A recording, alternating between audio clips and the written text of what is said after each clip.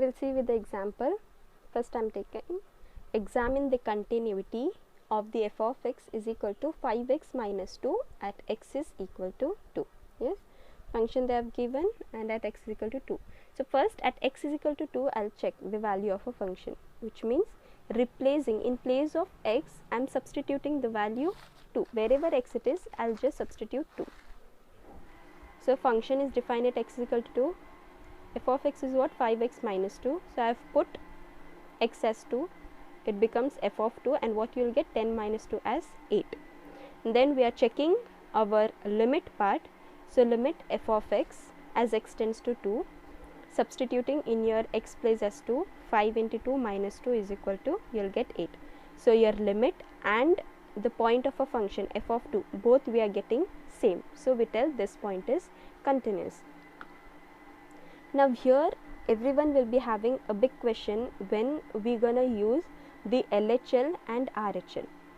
So students, let me tell you, whenever the just single function they have given, f of x is equal to 5x minus 2, or just single, or 2x or 3x, just single function if they are giving, there is no need to find your LHL or RHL. Directly applying the limit, checking at that point and directly applying the limit where it tends to. If that both is equal, then you can tell it is continuous. If it is not equal, then it is not continuous. Now when you are applying your LHL and RHL, whenever you have branched function means what? As I have shown you here in a graph, when you have such function, this function is known as a branched function.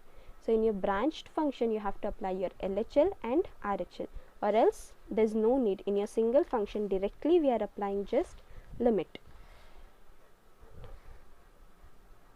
Your second example, f of x is equal to x square minus 9 divided by x minus 5 is continuous at x is equal to 5. This is your question. Now here you see the answer what I have written is solution, f of x is not defined at x is equal to 5, hence f of x is not continuous at x is equal to 5. Directly how I have written, see here in your question itself, if your x is equal to 5, your upper part 5 square will be 25 minus 9, here you will get. Your down part, you say denominator 5 minus 5 will be what? 0. And whatever divided by 0, any number divided by 0 is what? It is not defined, right? It is infinity. So directly I have written it, f of x is not defined at x is equal to 5. So it is not continuous. If they had said at x is not equal to 5, then you could have checked it. Directly you will get, it is not defined, you will get infinity, and infinity is not continuous, is not defined. In the same way, third question, check the continuity of the function f of x is equal to x square minus 16 divided by x minus 4 for x is not equal to 4, and what they have given, f of 4 is equal to 10. Here itself they have given the point of a function f of 4 is equal to 10, which means in place of 4, if you put the 4, you are getting f of 4 is equal to 10, means they itself have given. But here in a function they are telling for x is not equal to 4, because if we directly go, we will get here infinity. This is not our fault, because this question they have given. If this part they wouldn't have given, okay, if this part they wouldn't have given, as we had done to the above part, we will do the same, because here they have given x is not equal to 4 and here they had given x is equal to 5. If it was x is equal to 4, then it would be directly not defined. Okay, so the solution, f of x is defined for all real value x. Now what we have to do, we have to check our limit, right? Because here they have given already f of 4 is equal to 10. So we will see whether they both are equal or no. And as usual, it is just a single function, so directly limit I am applying. Limit f of x as x tends to 4. So limit what is your f of x? It is x square minus 16. I can take it as x plus 4, x minus 4, yes. A square minus b square formula will be a plus b, a minus b. So just I have splitted it, divided by x minus 4. So my x minus 4 get deducted and I'll be left with x plus 4. So in place of x, if I put the value 4, so what we get? 4 plus 4, 8. I'm getting here 8, but the question what they have given, for f of 4 it is 10. So this is not equal to 10, which is f of 4. So the function is discontinuous at x is equal to 4. Understood? In the question they said x is not equal to 4. So we did x is not equal to 4, but along with the side they said f of 4 is equal to 10.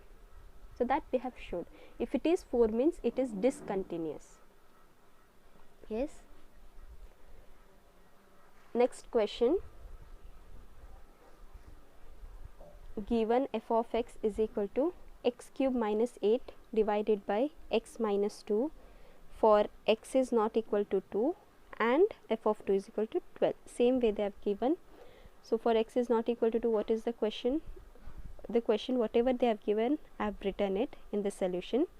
We have to check limit. Yes, limit and this, if they are equal means then we can tell it is continuous. If limit, applying the limit we are getting different and at that point we are getting different means it is point of discontinuity. So limit f of x as x tends to 2. What is my f of x? It is x cube minus 8. So x cube minus 8 I have written as x cube minus 2 cube. Yes, 2 cube I can write it by x minus 2. And then here you see I am using here theorem. This is your general theorem. You should remember this. Limit as x tends to a, x raised to n minus a raised to n whole divided by x minus a is equal to n a raised to n minus 1. Here you have same part, x cube minus b a cube 2 cube divided by x minus 2 as x tends to 2. Yes. Your n is what here? 3. So n a n minus 1 it is. So n is what? 3 into, what is my a? A is 2. 2 raised to what? N minus 1. N is what? 3 minus 1. So it will be 3 into 3 minus 1 is 2. So 2 square. 3 into 2 square is what? 4. 3 into 4 is 12.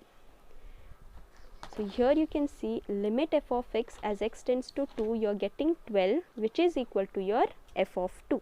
At f of 2 also you are getting 12. So it is continuous. Understood? Either you can use this theorem or your alternative method, you can use your formula. Yes, we have f of x cube minus 8, I have written it as x cube minus 2 cube by x minus 2. X cube minus 2 cube means what my formula? I can use a cube minus b cube, right? If you don't remember that theorem or anything while solving, you can go to your normal way, that is you can use your a cube minus b cube formula. What is my a cube minus b cube formula? A minus b the whole cube plus 3ab into a minus b. What is the question? Function x cube minus 2 cube. So x, a, b, a is my x and b is my 2. So x minus 2 whole cube plus 3 into x into 2 into x minus 2. X minus 2 whole cube I am just keeping it as it is, and here what it become? 3 into 2 is 6x into x minus 2. In this both x minus 2 is common, so I am just taking x minus 2 common and I will be left with what? X minus 2 whole square plus 6x. Yes, the both part I have taken. Now this substituting in my equation 1. What was my equation 1? F of x is equal to x cube minus 2 cube by x minus 2. In place of x cube minus 2 cube, I am substituting this, that is x minus 2 into x minus 2 whole square plus 6x divided by x minus 2.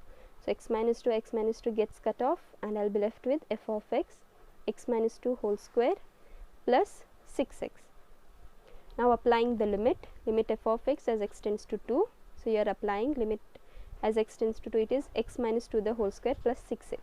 So wherever x is there, I am putting what? The value as 2.